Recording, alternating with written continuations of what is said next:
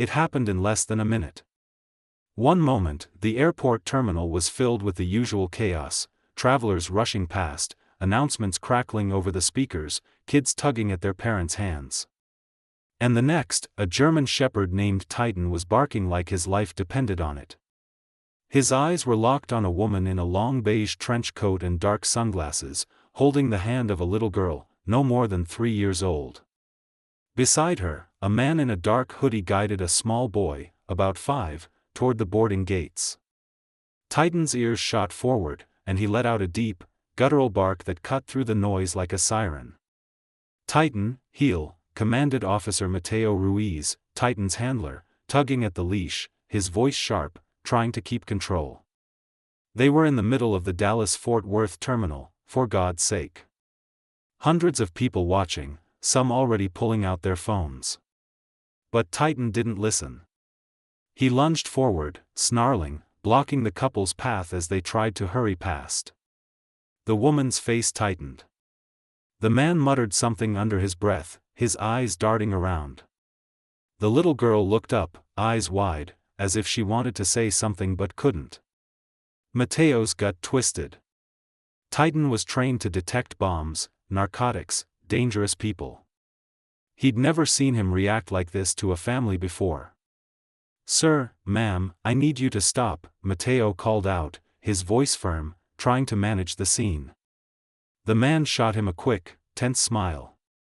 "We're late for our flight. Just trying to get these two home." His accent was flat, untraceable. But Titan wasn't backing down. His growls deepened, paws planted firmly on the ground, tail rigid like a steel rod. Mateo tried again, his voice low. "Titan, down." No response. The dog's body was taut, muscles vibrating like a coiled spring. His nose twitched, locked on the little boy's jacket. Then the woman's oversized tote bag. Passengers began to slow down, whispering, filming.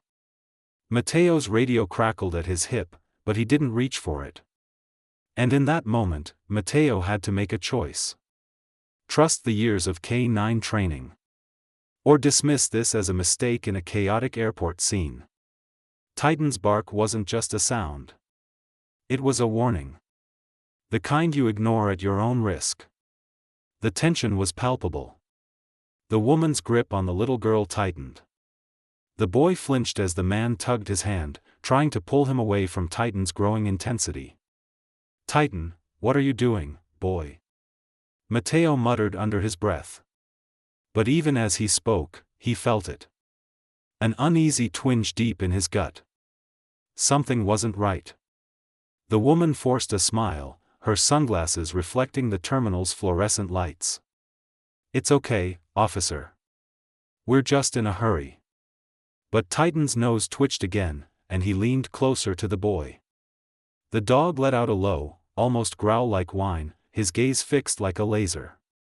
That's when Mateo noticed it. The faintest tremor in the boy's hands. The way the girl wouldn't meet his eyes. The tote bag, too big for a day trip. A chill crept down Mateo's spine. "Sir, I'm going to need to check your ID and speak with you for a moment," Mateo said, raising his hand in a calm but firm gesture. The man stiffened.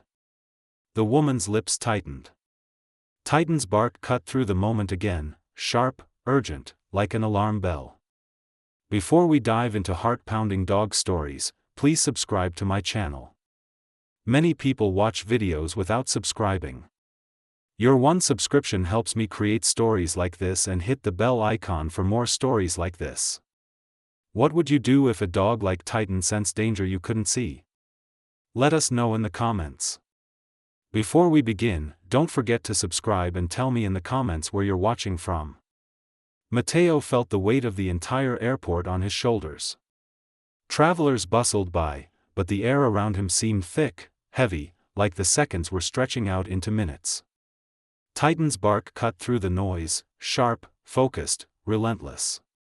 The woman's grip on the little girl's hand tightened so much that the child whimpered softly. Mateo caught it, a barely audible sound that made his stomach twist. The man, Victor, shifted uncomfortably, glancing at the nearest exit as if calculating how fast he could get out. "Sir, I'll need you to step aside," Matteo said, raising a hand to stop the pair from moving forward. Isabel, the woman, forced another smile, but it didn't reach her eyes. Her sunglasses were too dark for indoors, and Matteo couldn't see her expression clearly, but her body language was stiff, defensive. "Officer, we're really in a hurry," she insisted, her voice overly sweet. Titan lunged again, growling low as if he were on the verge of snapping. His teeth bared, eyes locked on the tote bag dangling from Isabel's shoulder. Matteo felt a bead of sweat slide down the back of his neck. Titan had never acted like this without a reason. "Let me see your ID," Matteo repeated, this time firmer, stepping between the couple and the path to the gates. Victor sighed in frustration, pulling a wallet from his back pocket. His hands trembled slightly, almost imperceptibly, but Matteo caught it. Isabel fumbled with her purse, opening it just enough to pull out a driver's license that seemed too new, the plastic edges still crisp. Matteo glanced at the IDs, his gut telling him to look closer. The names matched, but something about the photos felt off. Maybe it was the lighting or the subtle tension in their expressions. "Where are you headed?" Matteo asked, his tone casual but laced with intent. "Back home." "Seattle," Victor answered too quickly. "Vacation?" "Yeah," Isabel chimed in, gripping the tote tighter, her knuckles white. "We just visited family down in Houston." Titan's barking spiked again, this time higher, more urgent. Matteo noticed the way the little boy, Noah, flinched at the sound, his eyes darting to the floor. Emma, the little girl, bit her lip, her small hands clenching at the hem of her dress. "Is everything all right, kids?" Matteo asked, trying to keep his voice calm and inviting. Neither child answered. The boy's silence was deafening. Titan took a step closer, his nose twitching, and started to sniff the boy's sleeve. He let out a sharp, singular bark and then froze, tail straight out, staring directly at Noah's wrist. Matteo crouched down slightly, meeting Noah's gaze. "Hey there, buddy. Are you okay?" The boy's lower lip quivered, but he didn't speak. Isabel quickly stepped forward, placing her body between Matteo and the children. "They're tired," she snapped, her voice suddenly clipped. "Long day of travel, you know." But Matteo had been in this job long enough to recognize when someone was trying to shut down a conversation. His training screamed at him. Something wasn't right here. "Titan, down," Matteo ordered. But the K9 didn't move. Instead, Titan circled around Isabel and sniffed at the back of her tote bag, letting out a low, rumbling growl. "Is there something in the bag you'd like to declare?" Matteo asked carefully, standing straight again. Isabel's mouth twitched, her hand gripping the strap like her life depended on it. "Just snacks and toys for the kids. Mind if I take a quick look?" She hesitated.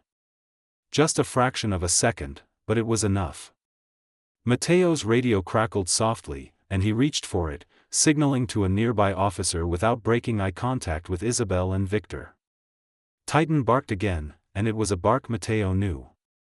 A sharp alert bark trained to signal danger, drugs, explosives, or something worse. Passengers nearby began to slow, some whispering, others filming the scene unfold. Matteo felt the pressure rising. Isabel glanced at Victor, a flicker of panic flashing across her face.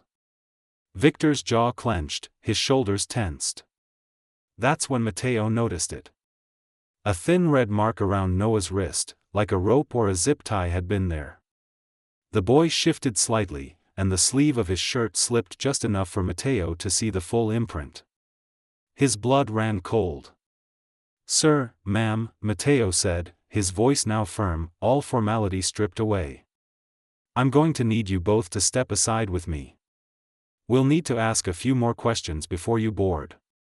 Isabel opened her mouth to protest, but Titan let out another growl, louder this time, and the kids flinched again. That's when Emma, the little girl, did something that nearly shattered Mateo's heart. She looked up at him with wide, tear-filled eyes and mouthed the word, "Help." Mateo's heart pounded in his chest. He took a step forward, and so did Victor toward the gate, as if to make a break for it. "Don't," Mateo barked, hand on his holster, but it was Titan who reacted first. The German shepherd lunged, snapping at Victor's pant leg, tugging him back as the man stumbled, nearly falling. Isabel screamed, dropping the tote bag. It hit the floor with a dull thud, and something inside shifted, something metallic. Mateo moved fast, scooping up the bag, unzipping it. His hands froze when he saw what was inside. A bottle of sedatives, rope, a burner phone, and a small folded piece of paper with 2 names written in block letters. Emma and Noah. Mateo's breath caught. His mind raced, piecing it together. Titan barked again, but this time it wasn't alarm. It was almost satisfied. Emma and Noah weren't their children. They were victims. Mateo's radio crackled again. Dispatch asking for a status update. But all he could do was stare at the bag in his hands and the terrified eyes of the kids. Something dark had been planned here. Something far worse than a simple family trip. And it was Titan who had seen it first. Mateo barely felt the weight of the bag in his hands. His pulse pounded in his ears. The world around him narrowed into a tunnel. Just Titan's barking, the terrified faces of Emma and Noah, and the damning contents of that tote bag. The sedatives, the rope, the burner phone, the list with the kids' names. "Step back," Mateo ordered, his voice sharper than steel as he shifted the bag to one hand and unclipped Titan's leash. Isabel froze, her eyes wide, darting between Mateo and Victor. Victor's fists clenched, jaw tight, nostrils flaring like a cornered animal. The tension snapped in an instant. Victor lunged. "Hey!" Mateo shouted. But before he could draw his weapon, Titan launched forward, intercepting the man mid-stride. The German shepherd clamped down on Victor's pant leg, yanking him off balance with a force that sent the man sprawling across the polished airport floor. Victor crashed into a row of chairs, scattering them like dominoes, and Titan stayed on him, snarling, a blur of muscle and teeth. Isabel screamed and tried to bolt, grabbing Emma's wrist in a panicked grip, but Mateo stepped directly into her path, one arm outstretched. "Don't even think about it." Her sunglasses slipped from her face, revealing a cold, calculating glare beneath the panic. For a moment, she hesitated, her eyes flicking toward the exit, toward the security checkpoint, then toward the children. Emma whimpered, and Noah let out a shaky sob. Mateo's heart twisted. This wasn't just a bad situation. This was trafficking. "Let the kids go," Mateo barked, his voice reverberating through the terminal. Travelers nearby gasped, some stepping back, others frozen in place, clutching their bags. A security officer sprinted toward them, radio crackling. "Mateo, you need backup?" the officer called out. "Yeah," Mateo shouted, eyes locked on Isabel. "I've got 2 suspects. Possible kidnapping. The kids are not theirs." Isabel's face twisted into a mask of defiance. She yanked Emma's arm again, but this time Emma's small voice rose, a desperate, breathy cry. "Help," she sobbed, loud enough for the entire terminal to hear. That one word shattered the thin veneer of doubt for everyone around them. Mateo stepped forward, slow but firm, one hand raised in a calming gesture. "Ma'am, let her go. It's over." Isabel's grip trembled, her fingers loosening just slightly. Mateo could see it, the calculation flickering behind her eyes, the weighing of options.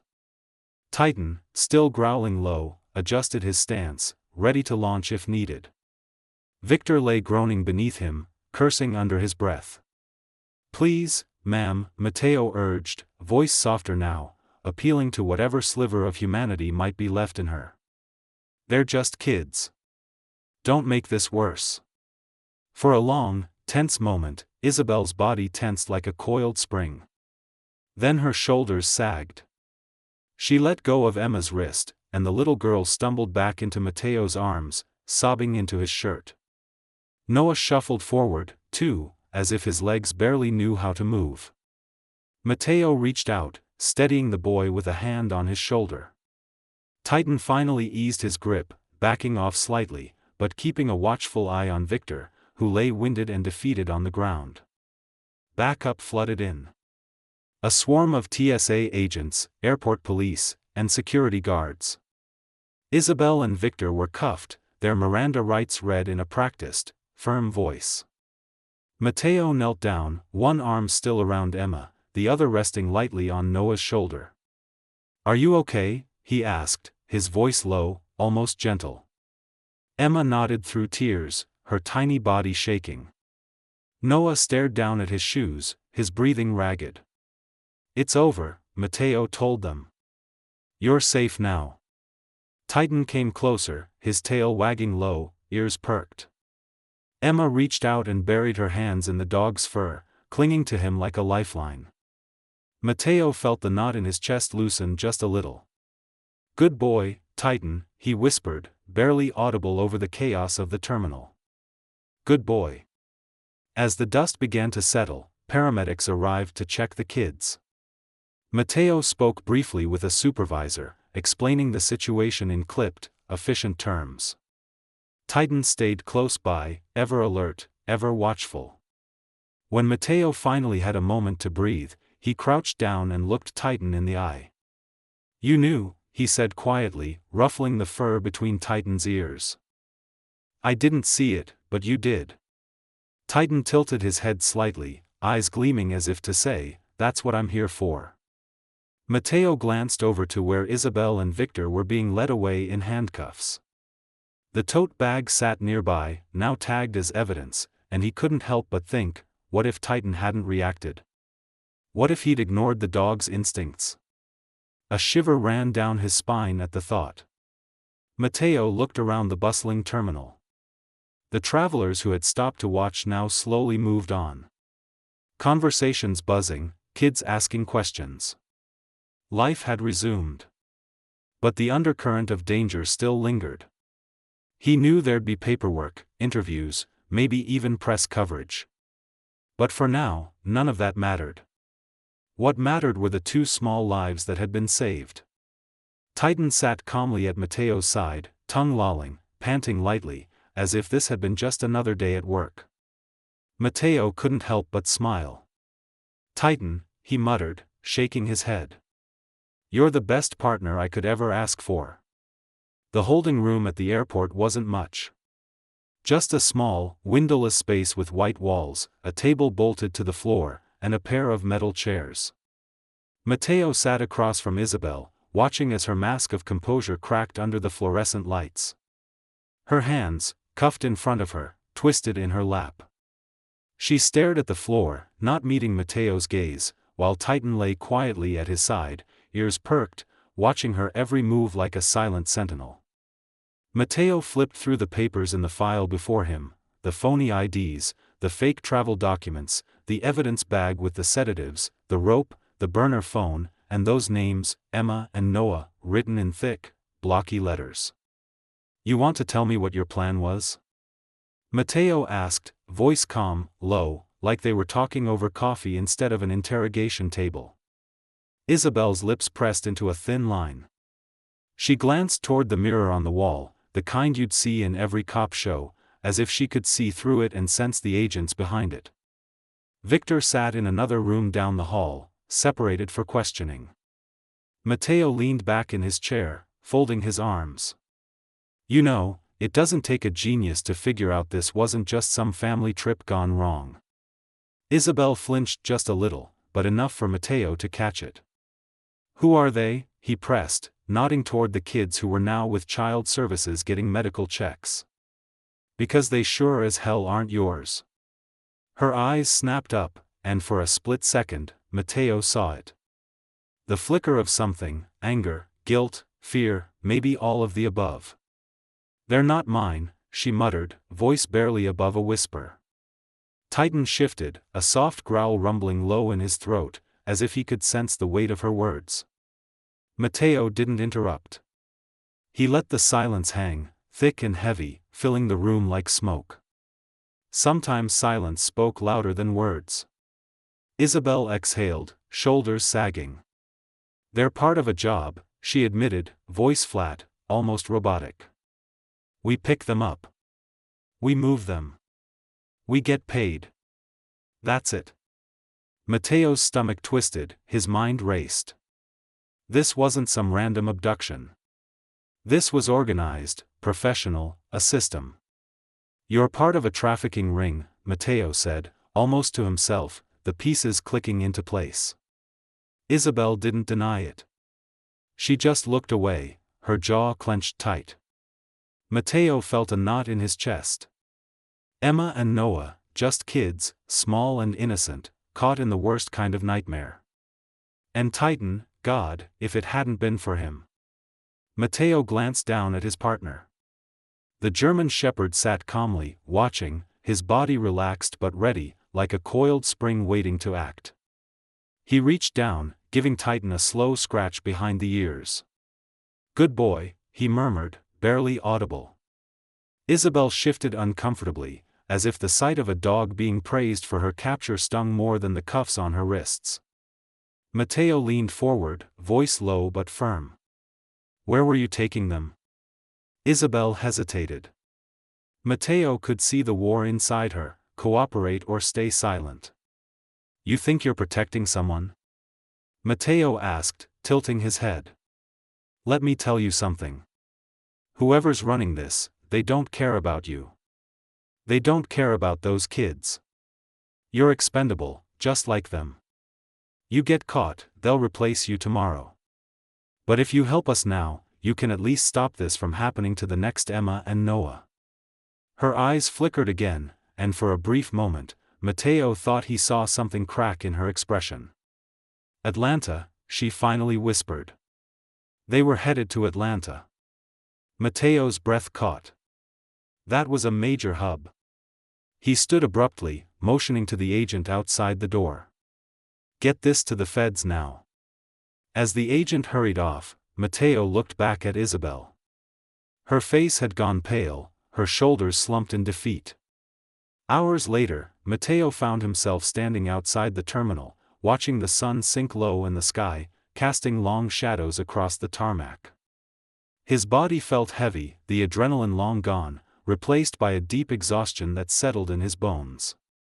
Titan sat beside him, tongue lolling, tail wagging slowly, as if sensing the shift in energy. "You did good today, buddy," Mateo said quietly, giving him a firm pat on the side. He glanced over at the waiting area where Emma and Noah sat with two social workers, holding stuffed animals they'd been given. Emma clung to a small, worn teddy bear, her eyes still wide and weary. Noah sat rigid, his small hands fidgeting with the zipper of his jacket. They were safe for now. Mateo knew the paperwork would be a nightmare, the reports, the meetings, the media questions, maybe. But none of that mattered as much as the two kids sitting quietly in the corner, alive because of a dog who refused to follow orders. Titan glanced up at Mateo, his eyes steady and calm, as if to say, "Told you so."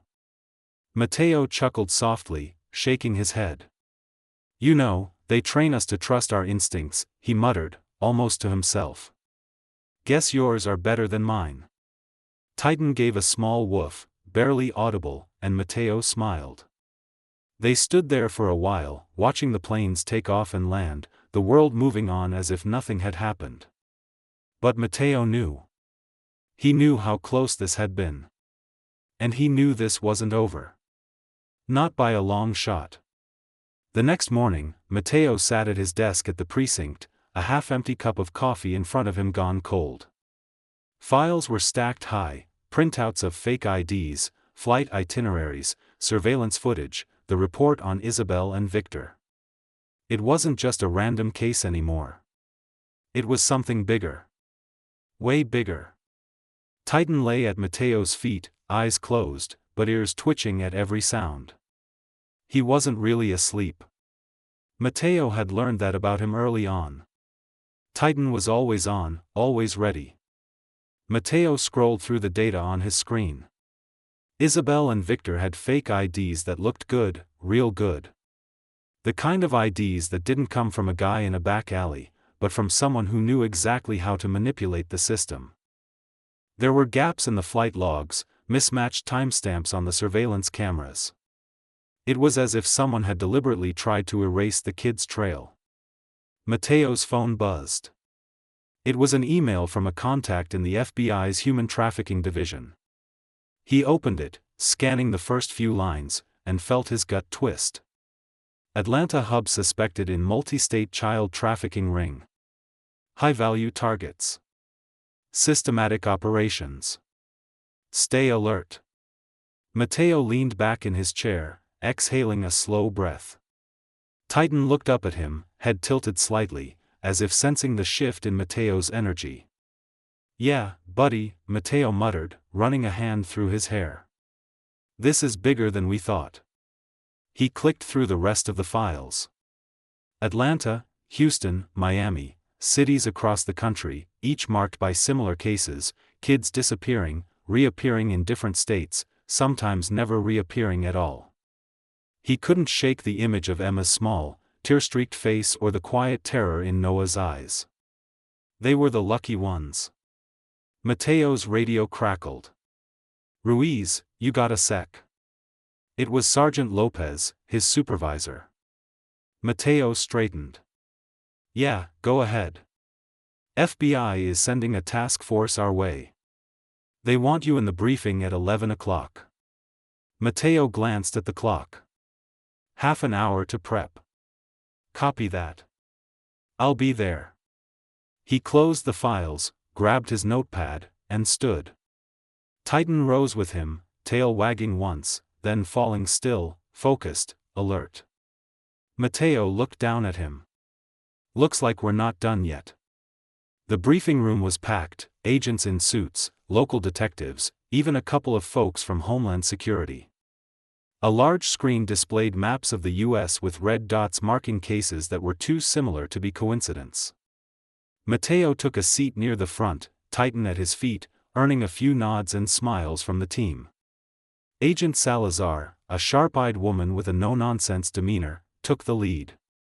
"This isn't just one couple running off with kids," she began, her voice cutting through the low murmur of the room.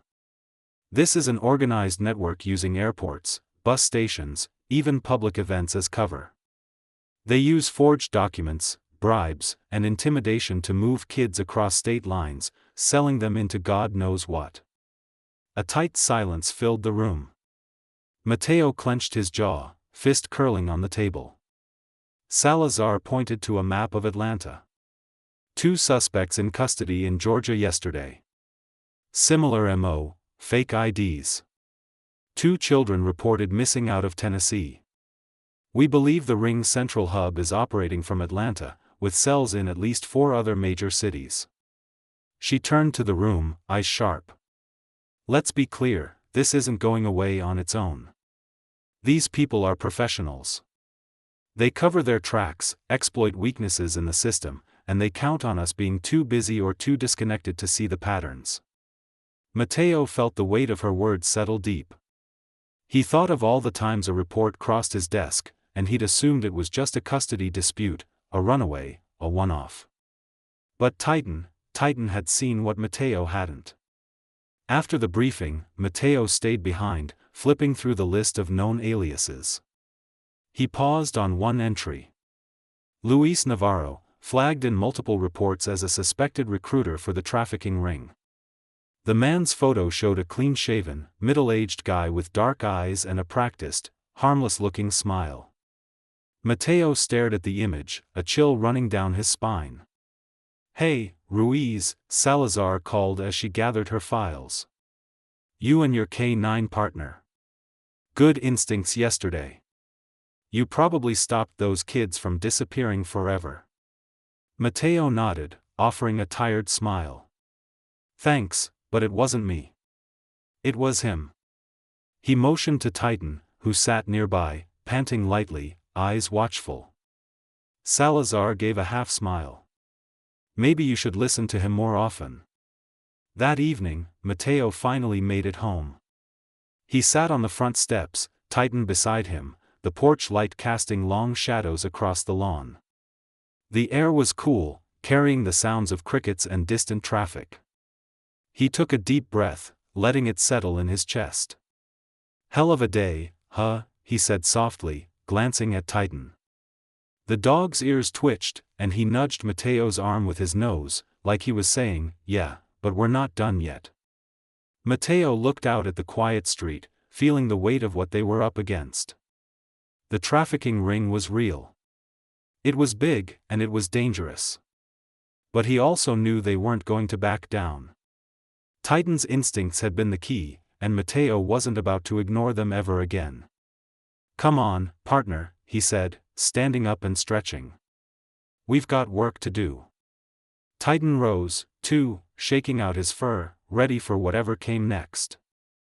And Mateo knew, deep down, that whatever it was, they'd face it together. The operation came down fast. 2 days later, Mateo stood in a dusty warehouse on the outskirts of Atlanta, a place that had once been a shipping hub but had long since fallen into decay. The air smelled like rust and old oil, the hum of fluorescent lights barely masking the tension in the room. He watched from behind a stack of crates as the FBI's tactical team moved in. Black uniforms, rifles raised, signals crisp. Titan crouched at Mateo's side, his body tense, ears perked, eyes locked on the entry. Mateo's heart hammered in his chest. It was the same feeling he'd had at the airport. Except now, they weren't just stopping one pair of traffickers. This was the heart of the operation. Through the crack between crates, Mateo saw him, Luis Navarro. The man looked almost too normal, standing there in a pressed polo shirt, clipboard in hand, like he was just managing shipments. But there was a coldness in his eyes that made Mateo's skin crawl. Titan gave a soft growl, barely audible, like he could sense the darkness radiating from Navarro. The lead agent signaled, "Go." In a blur, the team stormed the warehouse. Commands rang out, hands in the air, followed by the sounds of boots hitting concrete, the scuffle of takedowns, the metallic click of cuffs snapping shut.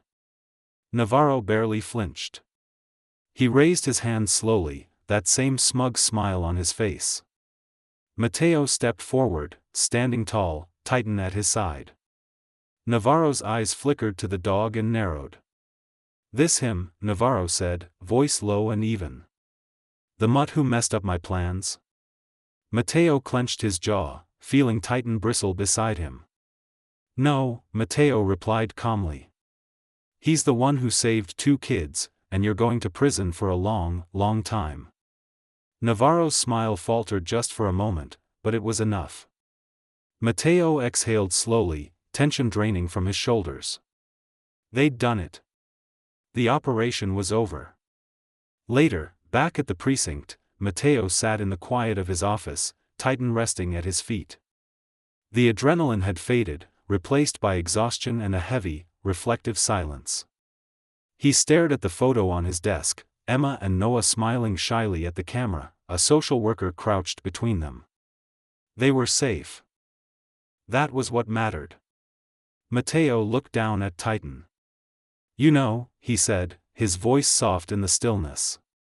"They train us to read people, to look for the signs. But you just know.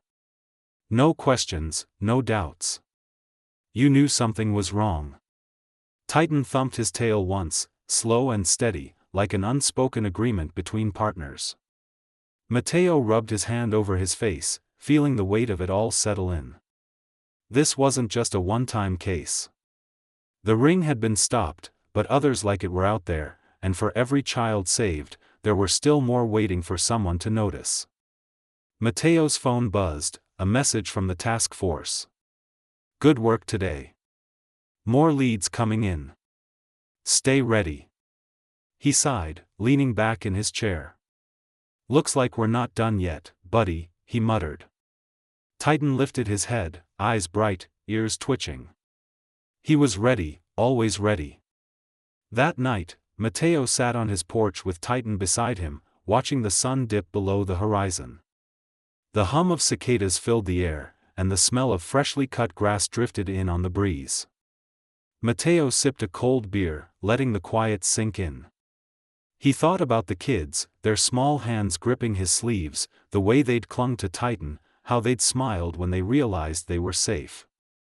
He thought about the parents who'd been waiting for them, about the reunions that would happen because of one dog's refusal to back down.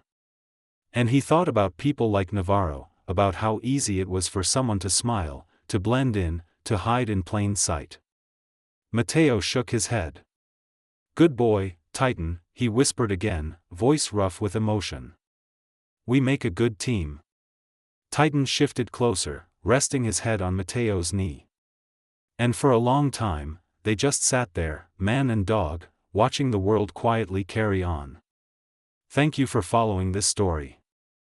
It's a reminder that sometimes the smallest voices, like those of children, go unheard. And it takes someone willing to listen, someone like a K9 with an unshakable sense of loyalty, to make a difference.